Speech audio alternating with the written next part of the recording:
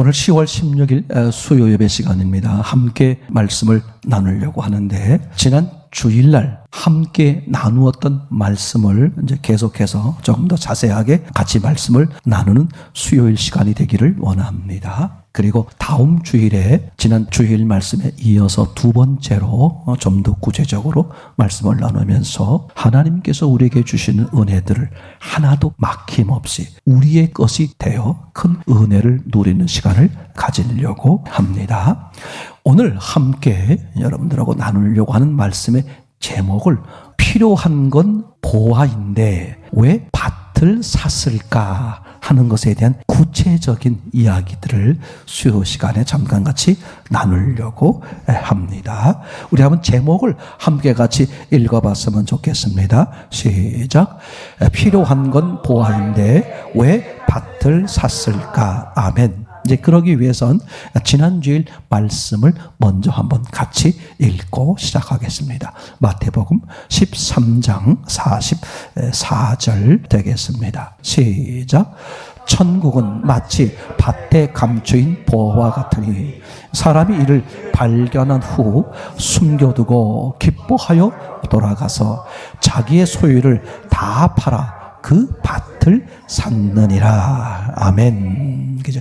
오늘 수요일 시간에 잠깐 여러분들하고 핵심적으로 나누려고 하는 것은 지금 이 농부가 밭을 갈던 농부가 뭘 봤냐 하면 보화를 발견했어요. 그러면 보화를 발견했으니까 이제 보화를 자기 것으로 만들면 되는데 오늘 와서 자신의 전 재산을 다 팔아가지고 그 밭 주인에게 가서 뭘 샀습니까? 밭을 샀다는 거예요. 그렇죠? 왜냐하면 이 농부는 지금 필요한 게 뭐라고요? 보화인데, 밭 속에 있는 보화인데 왜 밭까지 사는 걸까? 즉 왜 보화만 사지 않고 밭을 사는 것일까? 이런 점에 대해서 아주 중요하게 생각을 해보려고 합니다. 첫 번째, 우선 이 단락 속에 첫 번째 생각해 볼 것은 보화란, 그죠? 오늘 여기서 말하고 있는 보화라는 게 뭘까? 천국은, 그죠? 밭에 감추인 보화와 같다. 그렇게 비유로 말을 했습니다. 즉, 보화란 다른 말로 말하면 밭에 감추인 보화가 뭐다? 천국이다. 천국이란 말은 뭐예요? 글자 그대로 말하면 하늘나라 이런 얘기 되잖아요. 마태복음에서의 하늘나라 요 얘기는 하나님의 나라 이런 얘기가 되겠죠. 오늘 유대인들이 기다리고 있는 하나님의 나라 이렇게 얘기가 되는 거겠죠. 그럼 단순히 하나님의 나라라고 한 단어만 생각할 것이 아니라 거기에 포함되어 있는 모든 것들을 생각해 볼 수 있겠죠. 다른 말로 말하면 이렇게 말할 수 있어요. 천국 또는 하늘나라, 하나님의 나라. 어떻게 표현을 쓰냐면 하나님이 사람들에게 주시려고 하시는 모든 은혜, 즉 모든 복, 이걸 통틀어서 뭐라고 말할 수 있다? 보화, 밭에 감추어져 있는 보화다. 이제 그것을 한 분으로 딱 직역을 하면 예수 그리스도 이렇게 생각해 볼 수 있겠고, 그래서 천국, 즉 하나님의 모든 은혜는 문제는 뭐다? 밭에 감추어져 있다. 이게 아주 중요한 거예요. 천국은 보화다 이렇게 말하지 않고 뭐라고 말했다고요? 밭에 감추어져 있다. 여기서 이제 우리가 중요하게 생각하는 건 교회 바깥 사람들에게 말하려고 그러는 것이 아니라 교회 안에 있는 사람들에게 말하려고 합니다. 왜냐하면 마태복음의 대상이 누구냐면 유대인이에요. 유대인이란 말은 무슨 뜻입니까? 하나님의 말씀을 가지고 있고 하나님을 섬기는 사람들이죠. 조금 내용은 다르지만 오늘날 어로로 말하면 교회 안에 있는 사람들이란 말이죠. 근데 교회 안에 있는 사람들에게 오늘 예수님이 뭐라고 말했다고요? 너희들이 사모하는 천국은 밭에 감추어져 있는 보화다. 무슨 뜻이냐면 교회 안에 있는 너희들이 발견할 수도 있고 발견하지 못할 수도 있다. 우선 이 점을 생각해 보는 게 대단히 중요합니다. 그렇죠?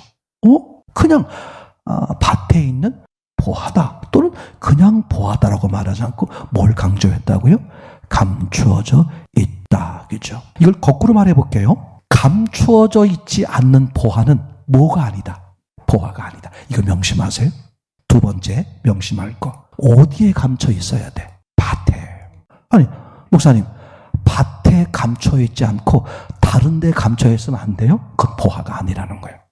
오늘 예수님이 말씀하시려고 하시는 천국이요, 하나님이 주시는 은혜는, 하나님이 주시는 복은, 영적인 복은, 보화는 보화인데 어떻게? 밭에 감추어져 있는 보화다. 그러면 거꾸로 말하면 밭에 감추어져 있지 않는 그 어떤 좋은 것도 뭐가 아니다? 하나님이 주시는 보화가 아니다. 그럼 영적으로 말하면 하나님이 주시는 보화 말고 또 무슨 보화가 있겠어요? 악한 영이 주는 보화가 있는 거예요. 이 점을 이번 수요일 시간에 차근차근 정리하려고 합니다. 두 번째 생각해 보려고 하는 것은, 자, 그러면 우리 농부가 왜 밭을 사야만 했을까? 왜냐하면 밭을 사야만 보화를 얻을 수 있기 때문에. 그러면 보화를 얻으려면 반드시 어떻게 돼야 돼? 밭을 사야 돼요. 얼마나 중요한 말인지 몰라요. 교인들 가운데에 그런 사람 많아요. 보화만 추구하는 사람 많아. 하나님이 주시는 복, 부자 되고 방언하고 기적을 체험하고 보화만 추구하려고 하는 신앙인들이 있을 수 있어요. 근데 하나님이 주시는 진짜 보화를 얻고 싶으면, 하나님이 주시는 진짜 복을, 은혜를 잊고 싶으면 네가 뭘 사야 된다? 밭을 어떻게 해야 돼? 네가 사야 돼. 얼마나 중요한 말인지 몰라요. 왜 밭을 사야만 했을까? 보화가 밭 안에 감추어져 있기 때문에. 그럼 생각해 보세요. 하나님이 왜 이렇게 하셨을까? 우선은 이게 뭐예요? 하나님의 계획인 걸 아는 거죠. 오늘 하나님이신 예수님이, 야, 천국은 밭에 감추인 보화와 같아. 하나님이 그렇게 하셨다.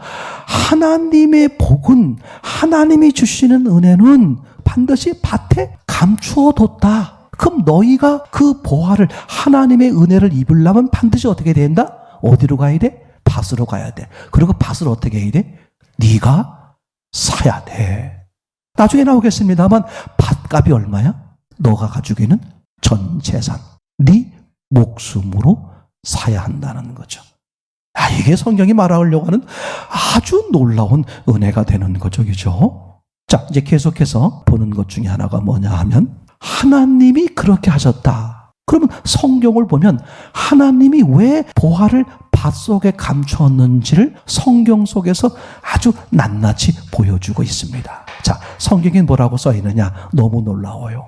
하나님이 세상에 오시는 거야? 세상에 있는 사람이 하나님께 가는 거예요. 하나님이 세상에 오시는 거야.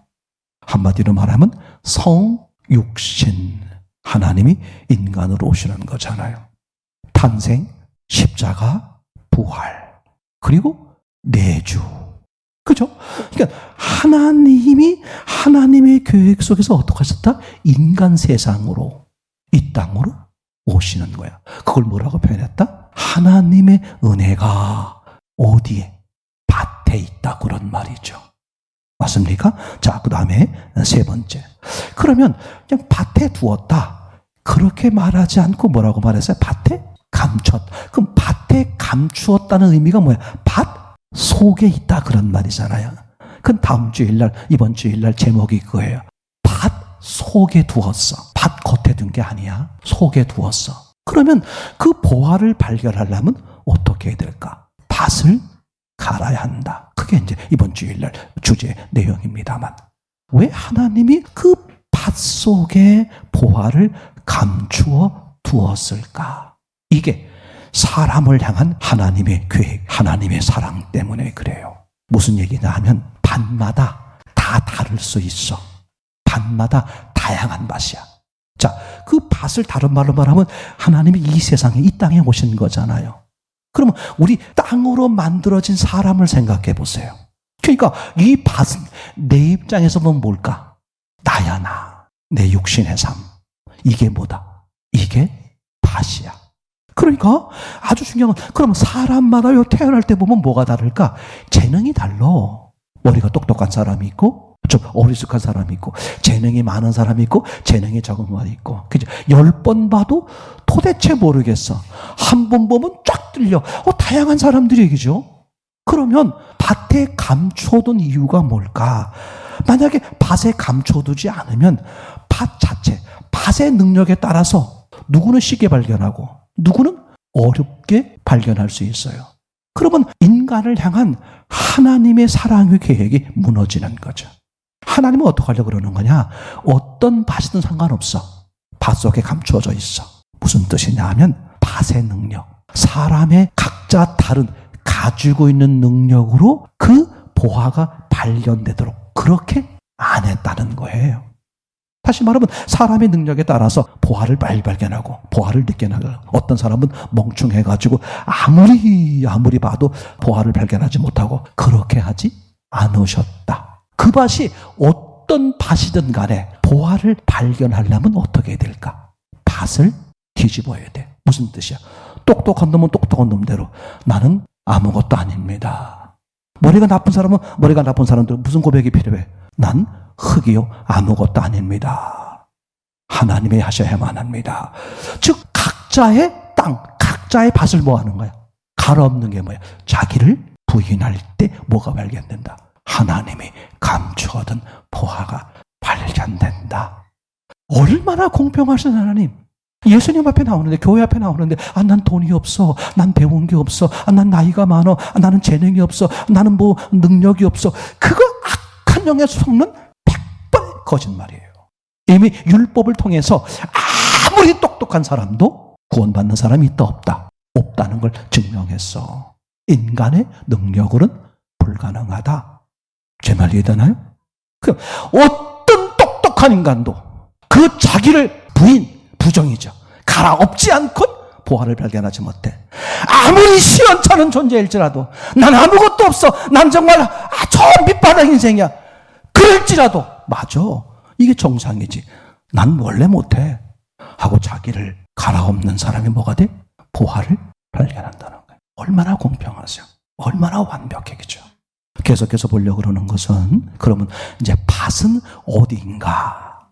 금방 말씀드린 것처럼 밭이 어디야? 밭이 땅이잖아요. 흙이란 말이야. 사람을 뭘로 만들어서? 흙으로.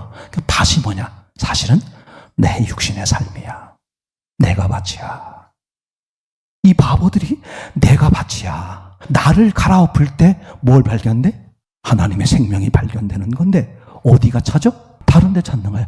그 제일 바보스러운 사람 중에 한 사람이 누구냐면 부자 청년이에요.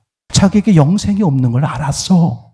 근데 예수님 앞에 나와서 이렇게 말해. 내가 무엇을 하여야 여전히 자기가 뭔가를 할 수 있다. 해야만 된다. 그 사람은 하나님의 은혜, 보화를 발견하지 못하는 아주 무서운 일이죠. 이게 얼마나 중요한 말인지 몰라요. 그러니까 어디가 밭이냐? 내가 살고 있는 세상의 밭이고, 내 삶, 내 육신의 삶이 뭐다? 밭이야. 그래서 예수님이 천국이 어디 있습니까? 천국이 어디 있다고? 여기 있다는 거야. 네 중심에 있다는 거야. 네 마음에, 너에게 있다는 거야. 와. 그래서 애굽에서 건져내가지고 하나님이 광야를 거치게 하잖아요. 그럼 광야를 거치는 과정에서 천국, 가나안에 들어가고 들어가지 못하는 걸 결정하는 거 아니에요. 그럼 광야 생활이 뭐다? 그게 밭이야. 내 육신의 삶에서. 이거 보세요. 하나님이 이 땅에 오셨다는 것은 내 입장에서 보면 하나님이 어디로 왔어?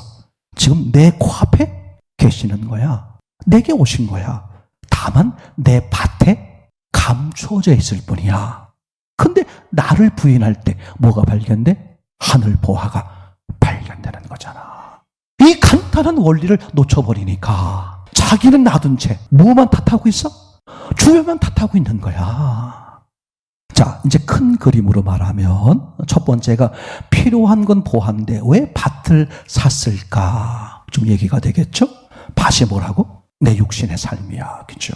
보화는 어디 있다고? 내 삶 가운데 있어. 하나님이 다 그렇게 하셔서 그 사람이 구원받을 수 있도록 그 사람의 인생에, 그 사람의 하루하루의 삶 속에 보화를 감추어 둔 거야. 그러니까 내가 내 삶을 바르게 보면 뭘 발견해? 보화를 발견할 수밖에 없게끔 하나님이 하셨단 말이죠. 그럼 큰 그림의 두 번째는 뭐냐 하면 이런 거예요. 그러면 내 육신의 삶 속에 감추어져 있는 보화는 어떤 모습으로 있을까? 그걸 내가 발견하면 되잖아요. 그죠? 밭에 감추인 보화야, 밭을 파보니까 거기 옛날 고려시대 이렇게 상자가 들었어. 이게 보화인가 보다. 그렇게 짐작할 수 있지만 내 삶에서 보화는 어떤 모습으로 있을까? 어떤 모습으로 감추어져 있을까? 우선 성경 속에서 발견하는 보화 한번 보시죠. 첫 번째, 10명의 문둥병자 이야기를 보려고 그래요. 한번 보겠습니다. 누가복음 17장 17절에 18절 시작. 예수께서 대답하여 가라사대 10사람이 다 깨끗함을 받지 아니하였느냐? 그 9은 어디 있느냐? 이 이방인 외에는 하나님께 영광을 돌리러 돌아온 자가 없느냐 하시고 아멘. 10명의 문둥병자가 있었는데 예수님이 지나가신다는 말을 들었어요. 그래서 멀리 서서 10명이 우리를 불쌍히 여기시옵소서. 그죠? 그때 예수님이 뭐라고 말해요? 제사장에게 너희 몸을 가서 보이라. 병이 안 났어요. 제사장에게 가려면 어떻게 해야 돼? 병이 난 다음에 가야 돼. 병이 안 난 채로 가면 맞아 죽어요. 근데 예수님이 병을 고친 다음에 제사장에 가라 이러면 좋은데 우리를 불쌍히 여기시옵소서. 그러니까 예수님 그 다시는 말씀이 제사장에게 가서 너희 몸을 보여라. 근데 10명이 그 예수님 말씀 듣고 어떻게 제사장에 가는 중에 어떻게 됐어? 문둥병이 났어. 그 중에 한 명이 가다가 도로 돌아와. 그리고 예수님 앞에 엎드려서 하나님의 은혜를 고백하죠. 잘 들으세요. 내 삶 속의 보화는 어떻게 감춰져 있느냐? 문둥병처럼 고통이나 고난이나 어려움이나 절망감이 드는 그런 사건이나 사물이나 사람으로서 뭐가 있다. 보화가 그렇게 오는 거야. 저 왼수 덩어리가 보화라니까 난 확연하게 믿어요. 나를 낙심하게 만드는 그 사건이 사실은 뭐야? 보화인데 고난이요, 공포요 이런 포장으로 덮어있을 뿐이야. 하나님은 보화를 그렇게 주시는 거야. 왜? 그걸 통해서 뭐 하게 하려고? 나를 내 시각으로 보면 고통인데 하나님의 시각으로 보면 저게 나를 살리는 거라니까. 이거 보세요. 지금 여기 10명의 문둥병자는 그죠? 그 문둥병이라는 보화를 지금 가지고 있는 거야. 근데 그 사람들은 뭐만 보는 거야? 겁대기 난 병 들었어. 그죠? 그러니까 관심이 뭐야? 병만 고치면 돼. 그래서 예수님 앞에 나와서 병을 고침받는 사건이 벌어졌는데 9명은 뭐야? 병 고침 받았어. 그 사람은 병 고침 받으면 뭐해? 몇십 년 후에 또 죽을 텐데. 근데 그 중에 한 명은 뭘 발견했어? 거기서 하나님이 주시는 영원한 생명의 그 보화를 발견해서 예수 앞에 엎드려 하나님이 하신 일을 고백하잖아. 똑같은 사건 속에서 이 한 명은 하늘이 주시는 보화를 발견한 거지. 얼마나 놀라운 사건이에요. 또 이제 누가복음 16장 보겠습니다. 일명 탕자의 비유죠. 18절 그리고 28절. 형과 동생 똑같이 밭에 감추인 보화를 이제 보는 거야. 여러분, 이게 성경 속에 보면요. 제가 몇 가지 예를 듭니다만 보화가 이렇게 감추어져 있구나. 그러니까 겉으로 보면 그게 보화로 보인다 안 보인다? 100% 안 보여. 제 말 이해되나요? 안 보입니다. 절대. 왜? 감추어져 있기 때문에. 그러면 그걸 걷어내야 되잖아요. 갈아엎어야 되잖아. 그게 육신의 생각, 육신의 시각, 인간적 시각, 사람의 시각. 그거를 걷어낼 때 뭐가 보여? 보화가 보인다. 그죠? 자, 누가복음 15장 18절 시작. 내가 일어나 아버지께로 가서 이르기를 아버지여 내가 하늘과 아버지께 죄를 얻었사오니. 지금 탕자 중에 두 번째 아들이 그죠? 아버지가 주신 재산을 가지고 어떻게 했습니까? 날라서 흥청망청 다 써버렸잖아요. 그럼 자기는 입장에서는 뭐야? 이제 돼지가 먹는 쥐염 열매조차 먹을 수 없는 최악의 상태가 됐어. 그러면 아버지 앞에 이루 말할 수 없는 자기의 인생에 망가진 것, 그것 때문에 뭐 얼마나 좌절할 수 있고 자살을 시도할 수 있고 그렇잖아요. 그러니까 내가 삶을 살다 보면 진짜 절망하고 좌절하고 자살을 시도하고 싶은 마음이 생길 정도의 최악의 상태가 있을 수 있다 없다. 근데 그때가 뭐다? 하나님이 감추어둔 보화를 발견할 수 있는 시기야. 바로 누가 왔어요? 그 탕자가 그걸 본 거야. 아하, 내가 하늘과 아버지께 죄를 범하였구나. 이게 사람의 시각으로는 말이 안 되죠, 그죠? 그래서 형이 뭐라고 말합니까? 저 기생하고 다 술 다 처먹어버린 저런 놈을 어떻게 받아줍니까? 하나님은 그게 아니야. 세상에 있는 모든 세상은 다 이미 죽은 자요, 죄인이요, 이미 망한 자이기 때문에 하나님의 관심은 당신의 아들을 죽여서라도 그 사람을 살리고 싶은 게 하나님의 사랑이고 계획이란 말이죠, 그죠? 자, 그러면 형의 태도를 볼게요. 28절, 똑같이 15장 28절이겠죠? 시작. 저가 노하여 들어가기를 즐겨 아니하거늘 아버지가 나와서 권한대. 그러니까 아버지가 아무리 얘기도 뭐라고 말해? 여전히 뭐해? 아버지의 기준에 있는 거야? 자기 기준에 있는 거야? 동생은 자기 기준으로 도망갔다가 뭘 버렸어요? 자기 기준을 버리고 아버지 마음이 됐잖아. 자기를 버리면 너무 놀라워요. 사람의 시각을 버리면, 내 시각을 버리면 뭐가 보인다? 하나님의, 야, 얼마나 크고 놀라운 은혜인지 몰라요. 세 번째, 창세기의 요셉을 보겠습니다. 창세기 45장 5절 보겠습니다. 시작. 당신들이 나를 이곳에 팔았으므로 근심하지 마소서, 한탄하지 마소서. 하나님이 생명을 구원하시려고 나를 당신들 앞에 보내셨나이다. 그죠? 17살입니까? 형제들에게 팔려가지고 노예로 왔고요. 거기서도 또 하나님을 섬기며 충실하게 살았음에도 불구하고 억울한 누명을 쓰고 더 이상 헤쳐나올 수 없는 역정만 들어가 죽음을 기다리는 왕의 감옥에 떨어졌어요. 그럼 절망 끝입니다. 그죠? 최악의 고난이죠. 더 이상의 고난은 없을 만큼 최악의 고난이에요. 근데 그 자리가 무슨 자리다? 하나님의 감춰둔 보화를 발견하는 자리다. 형들은 그걸 몰랐어요.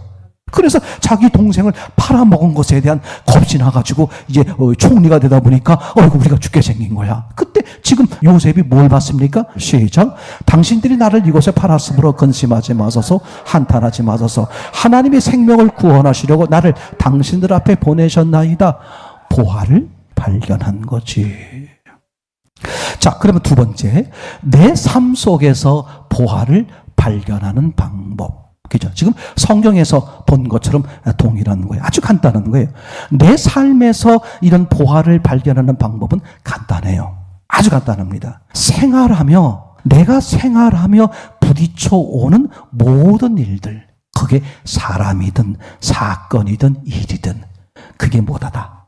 감추어는 보화 덩어리다. 겉으로 볼 때 뭐야? 똥덩어리고, 겉으로 볼 때는 화가 견딜 수 없는 우라통나는 사건이고, 겉으로 볼 때는 다시는 보고 싶지 않은, 안 만나는 게 은혜인데 라고 말할 정도로 견딜 수 없는, 화나게 하고 짜증나게 하고 좌절하게 만들고 슬프고 괴롭게 만들고 밤잠을 이루지 못하는 사건으로 보이지만 사실은 그게 뭐다? 하나님이 주시는 보화야. 내 시각으로 보면 쓰레기에 불과한데 내 시각을 버리고 보니까 뭐가 보여?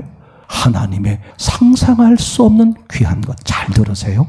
하나님은 우리에게 은혜를 주실 때, 이런 보화를 주실 때 밭에 감추었는데 어떻게 감춰놨냐? 내가 평안할 때, 내가 마음 좋을 때, 요동치 않을 때 아니에요. 왜 그때 잘 안 주시느냐? 그때 받는 그거는 내 진짜 모습이 아니기 때문에 하나님은 그 하나님의 보화가 내 것으로 주시기 위해서 무슨 전략을 쓰시느냐? 나를 드러나게 해. 그럼 내가 드러나려면 어떻게 돼야 돼? 이런 사건, 사고, 억울함, 괴로움, 슬픔, 어려움들을 어떻게 하신다? 이걸 만나게 한다. 그때 사람의 시각으로 보느냐? 하나님의 시각으로 보느냐? 밭을 가는 거야. 내 시각을 부인하는 거지, 그치? 너무나 놀랍고 놀라운 것을 보게 되는 거겠죠, 그죠? 그러면 이제 이렇게 내 삶 속에 있는 이 보화를 보고 내가 그 보화를 발견하는 방법은 간단해요. 내 삶의 어떤 문제도 육의 시각으로 보지 마라. 어떤 것도. 저는 왜 그걸 어떤 것들하고 강조하냐 하면 세상엔 우연이 없기 때문에 그래. 다 하나님의 간섭함이 있기 때문에, 적어도 하나님이 사인을 하셨기 때문에 그 일이 벌어지는 거야. 그럼 하나님이 손수 사인을 할 땐 반드시 하나님의 선한 의도가 있다 없다? 있다. 우리는 뭘 보는 거야? 그 하나님의 선한 의도를 그 관점으로 보는 거야. 그럼 그게 뭘로 변한다? 보화로 변해. 나를 살리고 내 영혼을 살리고 나를 통해 함께 사는 역사가 일어나는 거잖아요. 아멘. 결론입니다. 저는 그래서 보화를 얻지 못하는 게 이상하다. 다시 말할게요. 우리 삶을 살면서 보화를 얻지 못하는 게 기적이다. 보화를 얻지 못할 수가 없어. 우리 삶 속에 보화가 하나만 감춰 있는 게 아니야. 일생 동안 얼마나 많은 보화가 있어요. 얼마나 많은 일들을 만나. 그 많은 일들 속에 단 한 번만이라도 하나님의 음성으로 보기 시작하면 뭐가 보여? 하나님의 은혜가, 하나님의 보화가 그 한 번을 통해 구원을 이루기도 하고 한 번을 통해 믿음이 조금 자라기도 하고. 와, 그런 점에서 천국 가지 못하는 게 이상하다. 그게 하나님 입장에서는 야, 천국 너희들이 천국 가지 못하는 게 기적이야. 하나님의 처음에 우리 인생에 천국을 만날 수 있는 수도 없는 길들을 기적 얼마나 많이 만들어놨어. 단지 하나님의 은혜로, 사람의 능력으로가 아니라 하나님의 은혜로 누리게 하기 위해서 감추어뒀을 뿐이야. 그럼 누구나가 할 일은 뭐야? 나를 들어엎는 거야. 육신의 시각을 버리고 하나님의 시각, 영의 시각으로 바라보면 그렇게 쓸모없고 그렇게 왼수 덩어리고 그렇게 보잘것없고 그렇게 하찮고 다 버려야 될 것들이 그렇게 귀하고, 반대로 그렇게 귀하고 그렇게 목숨처럼 여겼던 것들이 사도 바울의 고백처럼 내가 여태 똥을 껴안고 살았네. 와우, 상상할 수 없는 그런 은혜가 임하게 되는 거겠죠. 여러분 앞에 수도 없이, 앞으로도 수도 없이 나 있는 그 수많은 보화들을 구원받지 못한 사람은 구원받고, 구원받은 사람은 성숙하고, 또 부분 막혀져 있던 부분들이 그 보화를 발견해서 믿음이 성숙하고 큰 은혜를 누리고, 그런 매일매일 삶이 되기를 소원합니다.